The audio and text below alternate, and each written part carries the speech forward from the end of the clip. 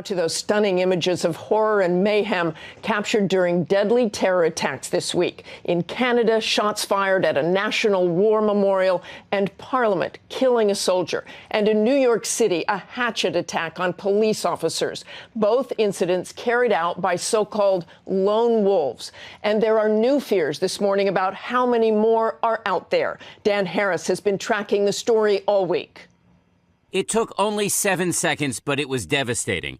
A hatchet attack by this man against 4 New York City police officers, one of them hit in the head before the suspect was shot and killed.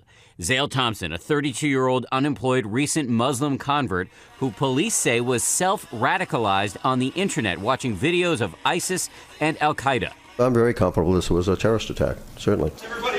It came just a day after that deadly rampage in the Canadian capital when another 32-year-old Muslim convert put the city of Ottawa on lockdown after allegedly killing a soldier who was guarding Canada's National War Memorial. Michael Zahaf-Bibeau stormed the Parliament building as bystanders fled. Shots were fired, and that's when the gunman started running, again with bullets flying at him, directly down this hallway. This is the incredible part. He then ran past these 2 rooms, which were filled with members of Parliament. And in fact, in this room was the Prime Minister himself. He was stopped by Sergeant-at-Arms Kevin Vickers, seen here just moments after he shot and killed the suspect. Zahaf-Bibeau, unemployed with a long criminal record, was reportedly frustrated over delays in getting a passport to travel to the Middle East. The attack part of a worrying worldwide trend. After ISIS put out an online call for attacks against Western targets, homegrown extremists have been either killed during their attacks or arrested beforehand in America, Canada, England, and Australia. Terror is theater, and obviously they're trying to create and instill fear, and unfortunately, I think we're going to see more of it. For This Week, Dan Harris, ABC News, New York. Thanks to Dan. More on this now from the chair of the House Committee on Homeland Security, Congressman Michael McCaul, and Matthew Olsen, who was the director of the National Counterterrorism Center until just last month. I would like to start with you, Congressman McCaul. Do you consider the attack in the New York City subway a terror attack? I do. I think all the markings are there of radical Islamist ties. This is the profile of the enemy within. Self-radicalization within the United States. We worry a lot about ISIS traveling overseas from Syria to the United States, but I think one of the greatest fears are those already within the United States who are being radicalized and inspired by the ISIS propaganda that's out there on the internet. They are waging a campaign of war against the West and the United States, and these are 3 examples just last week of where they're winning. One of the things that struck me, and particularly this week with a school shooting, is worried about copycats and that people are inspired not just by ISIS, but by seeing these other attacks. Congressman, quickly on that, and then I want to go to Matt Olsen on that as well. Well, I think, getting attention. In a lot of cases, these are people in a basement radicalizing over the internet. They're not mentally all that sound in a lot of cases.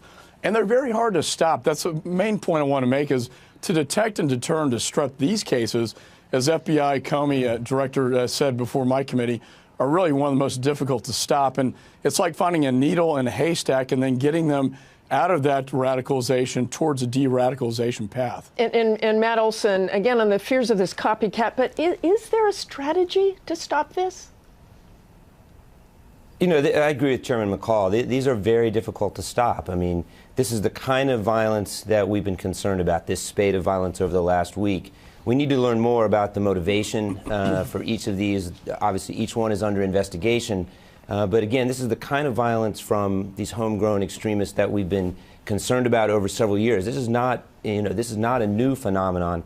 The propaganda we see from ISIS does give us additional concern because they're very good at putting out their message online and seeking to, have their supporters carry out attacks wherever they are. And as Chairman McCaul said, it's very hard for local law enforcement or the intelligence community to stop these single individuals who are seeking to carry out these small-scale attacks like we've seen over the past week. Let's go back to the attack in Canada. Canadian officials say the shooter was upset because he couldn't get a passport to Syria or Libya. Would things have been different in the United States? Would we have been able to track him in a different way? Matt Olsen?